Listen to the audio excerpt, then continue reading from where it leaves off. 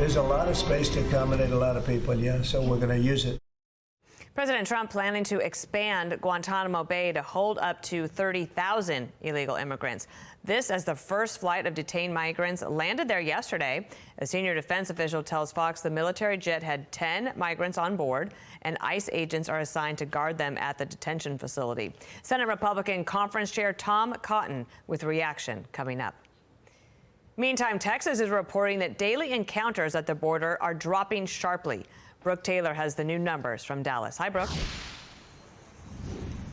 Hi, Dana. Yeah, these are the lowest numbers we have seen in years. And when you compare this to what we saw during Biden's final week in office, well, it's even more striking. So on Monday, Texas DPS releasing these new numbers. They had 446 encounters across the southern border, just 98 in El Paso, 58 in the Del Rio sector. During Biden's final week, the daily encounters ranged from 1,200 to 1,400.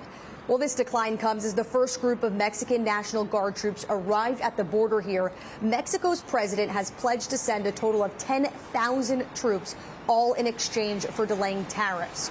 Removal flights, they are also ramping up. Border Patrol says they took the first military plane filled with illegal migrants to India. This marks the longest deportation flight yet using these military C-17s. We're doing very well with respect to other countries really behaving on taking the criminals that they sent into our country, and we're getting them out. These are some of the worst people on earth. As security measures strengthen, well, cartel operations, they are definitely feeling the heat. Just this week, DPS and Border Patrol agents arrested this smuggler who they say has cartel connections. He was trying to transport 50 pounds of narcotics across the Rio Grande. And now when asked about whether Border Patrol agents and other soldiers could be hurt by cartel members because of this added security, Border Czar Tom Homan says they have the capability to wipe the cartel off the face of the earth. As to anyone who thinks of doing that, he says, I would not try that. Dana. All right, Brooke Taylor, thank you so much. So we have seen a lot of combined agency efforts in some of these confrontations, and we are watching this play out right now. This is DEA helping DHS, the Department of Homeland Security, serving search warrants at multiple locations in Denver, Colorado. Also, we saw some video from the early hours when it was still dark out of similar operations going on in Denver, similar to what we've seen across the country. We'll keep a close eye on it. And we will continue to report on these developments, but a lot of action with these agencies across the country, and this focused in Denver today. The first flights from the United States to Guantanamo Bay with illegal migrants are underway. President Trump is not messing around. The Trump administration is starting the process of expanding the migrant detention center at Guantanamo Bay. Let's bring in Senator Tom Cotton, Republican of Arkansas and chair of the Intel Committee.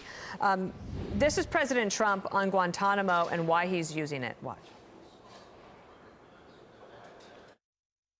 On Guantanamo Bay, is there enough space there to accommodate? There's a lot of space to accommodate a lot of people, yeah, so we're going to use it. Can you talk a little bit We more have about it. It's why? already up. We have it for nothing. But we can do less expensive and even more secure. We've had other countries come to us saying we would love to do that. We would love to take your criminals and we'll maintain that. We'll be their jail. And I'm only talking for the most severe cases. Your take on what's going on down there at Gitmo? Well, Dana, President Trump is right. Guantanamo Bay is a good place to put these illegal migrants. It's much safer than an American base. It's a large base. I've been there. It has a very modest American presence there, unlike bases here in America where we have large families and training grounds and so forth. There is a detention center in Guantanamo Bay going back to at least the 1990s under Bill Clinton, with migrants there pending repatriation to their own countries. You don't have to worry about losing control of them or even escaping the base, as happened in Arkansas in 1980 at Fort Chaffee when Governor Clinton, or Bill Clinton, was the governor, and we put the Mariel boat lift people there. So I think it's a very smart idea to put some of these migrants who are pending repatriation to their home countries in Guantanamo Bay. It's kind of like what Secretary Rubio discussed with President Bukele of El Salvador over the weekend. He's very pro-American. He's been supportive of the United States. He's willing to take foreign nationals as well, pending repatriation. I think that's something we should consider as well. It's just an example of the kind of creative, unconventional thinking that the president has brought back to Washington to serve American interests, to get dangerous and violent migrants off of our streets and back to their home countries. We just saw some of that possibly happening in Denver. Also wanted to ask you about Army recruiting. This has been an issue that's been a real concern for America.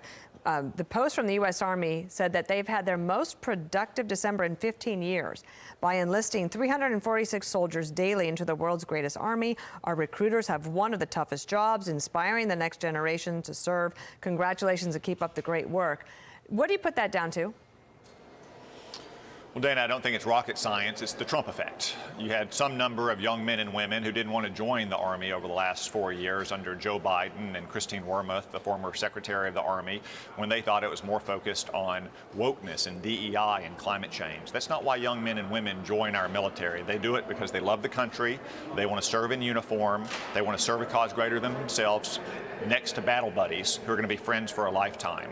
That's clearly what's on the mind of these new recruits who are joining since President Trump won re-election, and I believe that it's going to continue to improve in the future. Now, that's not the only reason. You know, there are still issues with getting kids medical waivers if they need it for a long ago injury, or just processing them through the initial entry system more quickly, and the Army can do a better job of that, and I've discussed that with Pete Hegseth and Dan Driscoll, the incoming Secretary of the Army. But I think these numbers put paid to the idea that it was some overall economic condition or competitive pay with the private sector. It was that a lot of young people didn't want to join the Army with Joe Biden as the commander-in-chief. Yep. Senator Tom Cotton, thank you so much. And I know that you're busy, as you said before we started. We haven't even gotten halfway through Wednesday yet. Thank you, sir.